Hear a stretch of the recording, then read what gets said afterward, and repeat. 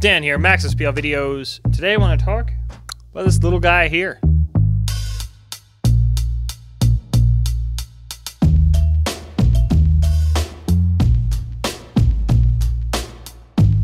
This, in my opinion, is one of the best DJ options that Akai ever put out. Now, I don't know the exact timeline because I know Akai now is owned by InMusic. So I have a suspicion we won't see anything quite like this anymore because they're now basically would be competing against themselves, right? We've got Newmark, we've got Denon, they have Rain. You know, you're not going to see something like this. But I picked one of these up for about 40 bucks on the used market. They don't normally sell that low, but I got a crazy good deal on it. And I wanted to talk about it because I think this thing was a bit ahead of its time, and I would love to see it re-released, even if it was a little bit simplified. Let's take a bit of a closer look at it. Okay, we have the Akai AMX. This now discontinued model from Akai. It really makes me wish that they kept up with their DJ equipment. That said, I believe after the release of this, they got bought out. My timelines could be off.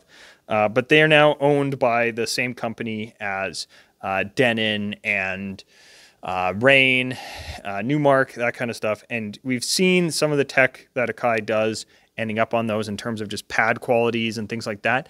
So they're kind of living on in this world on that type of stuff. They're still making great MIDI pads and other MIDI control devices. This just happens to be one of their last DJ-specific items that I'm aware that they made. And they did a really good job on this thing. Now, it is a bit dated. Controlling a DJ, or controlling your DJ software with it can feel a little clunky without having decks. It doesn't have them, but you can do it. So if you go to perform and you need to be able to nudge your stuff perfectly in place, you don't like using sync, this is not the unit for you unless you have decks on the side. It also has no pads or anything like that. This was released at the same time as a unit that had a bunch of pads and other functionality on it that is lacking from this, but there's stuff that I don't particularly need all the time, and if you have some knowledge of MIDI, you can get a device that has pads on it and partner some stuff up and just rock and or roll. It just works really well in that regard. If you don't want to deal with some of the limitations of this, the more modern equivalent to this, there is something by Native Instruments / Tractor that is a pretty good option that's in a similar form factor. And Reloop has a really cool unit that Laidback Luke just did a full review / walkthrough on. And that one has, similar to this, you know, pause, cue, sync, load, that kind of thing, but has a button to secondary function them all to be cues and your cue points. That's great. That, to me, especially for the type of stuff I do, would be all I would need. And that's one of the reasons I'm looking into just a pad-specific unit to kind of go with this. Yeah, as well as being able to control the effects, because this doesn't have any, other than filter knobs, doesn't have any effect adjustments and stuff on it. Again, they kind of designed it with a secondary unit in mind. Now, what does this have that those other more modern units don't? Well, that is all of these inputs across the back, right? Now, this is USB powered and has RCA outs, but we have, you know, 4 RCA jacks here to do 2 decks. So you can use this for DVS if you understand the limitations of it. Something really handy about this unit is it does come with hardware unlocked Serato Pro. So as soon as I plug in the USB, I'm full bore Serato DJ Pro. Great.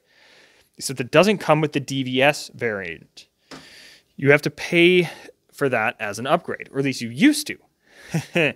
So I got this thing, got it on a steel, right? I went and got myself some Serato control vinyl, even got myself some Serato branded butter rugs, and then I click the upgrade button and that offer doesn't exist anymore. This is a long discontinued unit, so I should have checked this in advance. The only option I had was to buy Serato DJ Pro outright with DVS or pay monthly for DVS. I couldn't just upgrade this unit's Serato DJ Pro to have DVS. It is a full purchase of the entire package. Not ideal.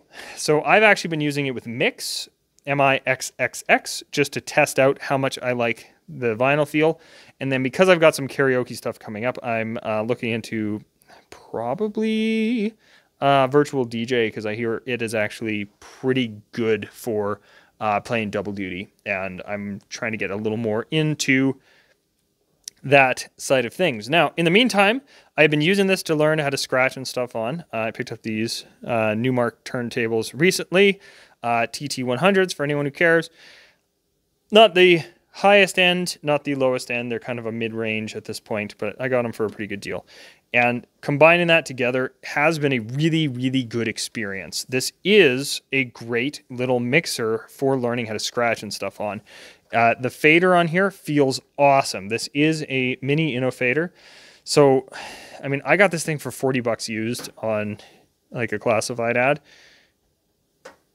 Your mileage may vary. I've seen them on eBay for like 200 bucks or something like that. I wouldn't spend that on it personally, but for what I paid, it's great, right? The newer variants, right, like the stuff of similar form factor to this that I've seen out there, don't have the DVS inputs. That said, HID, be it you put phase on here, or if you have USB out on your turntables and stuff like that, that should solve that problem.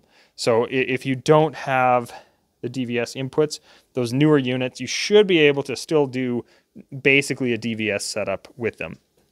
But for me, testing it out, I have been having a blast, right? The crossfader curve on here is adjustable. So if I want a smooth curve, so, you know, if I want to leave these here all day and just do that for mixing from song to song, I can. Or if I want to do scratching stuff, I can have this thing cranked all the way to the side and it opens up right quick. It's just a great feeling fader. There's a reason why a lot of people, like, you know, when you get into the scratch world, which I'm not necessarily a part of yet, they are really, really picky about their faders, and I can see why. Like, this is one of the best feeling crossfaders I've used. I think there's a few other big name brands out there. I wouldn't bother ever replacing this unless it wore out, because again, I only paid 40 bucks for this thing, but it's been a good time. It did have some weird gimmicky stuff on it that I think is best lost to time, but it has some, it's kind of a neat trick. So it has this touch function, and that turns these capacitive knobs into on-offs for their selected frequencies. So this being bass, when I touch it, it would actually cut all the bass frequencies, just full kill. That's kind of neat, right? Treble, middle, bass, except sometimes I would go to do, say, turn this down, or I would go to touch this one, but I would nick the bass and things like that. You have to be very, very purposeful with it. I could see, when I'm going to test this when I get Virtual DJ, I think it could be neat to be able to turn that on and then have these set where the touch turns off the stems. I think that could be really neat, right? No vocals, vocals are back. No vocals, vocals are back. Or have it a quick touch turns the vocals off, quick touch turns them on. That could be really, really interesting, and I think could be a lot of fun. But this is sort of a holdover from, if you look at a lot of mixers from around when this came out, they often had full kill buttons beside the EQ knobs. This is kind of doing the same idea, but just on this touch thing. It's a bit finicky if you're not careful, right? Even just there, right? My thumb just reaching for this mid knob is touching the bass, and the sides of it, at least on this unit, will activate it. I think the intention was to have only the tops do it, but that's not been my experience on it. But yeah, so that's the overview on this guy. Like I said, if you're looking for a DVS equipped unit, if you get this and hook it up with Mix, I think you're after a pretty good, inexpensive option to test that kind of stuff out. Like me, if you want to use it with Serato, this is no longer a good value. As soon as you add the cost of adding Serato on the top of it, don't get this. Get something like the Newmark Scratch. It has multiple pads on it already, so you don't have to go in and do any programming for that kind of stuff. Has your effects and your effect paddles on it out the gate. Doesn't have some of this gimmicky stuff, blah, blah, blah. And has the Serato DVS engaged out of the box. This, you have to pay for it. If it wasn't for that, I would actually recommend this over quite a few of the mixers on the market right now, because if all you want to do is learn how to scratch with vinyl, an amazing feeling crossfader and DVS capability, 90% of what you need to do that kind of work, right? And to get that kind of feel, to get used to that stuff.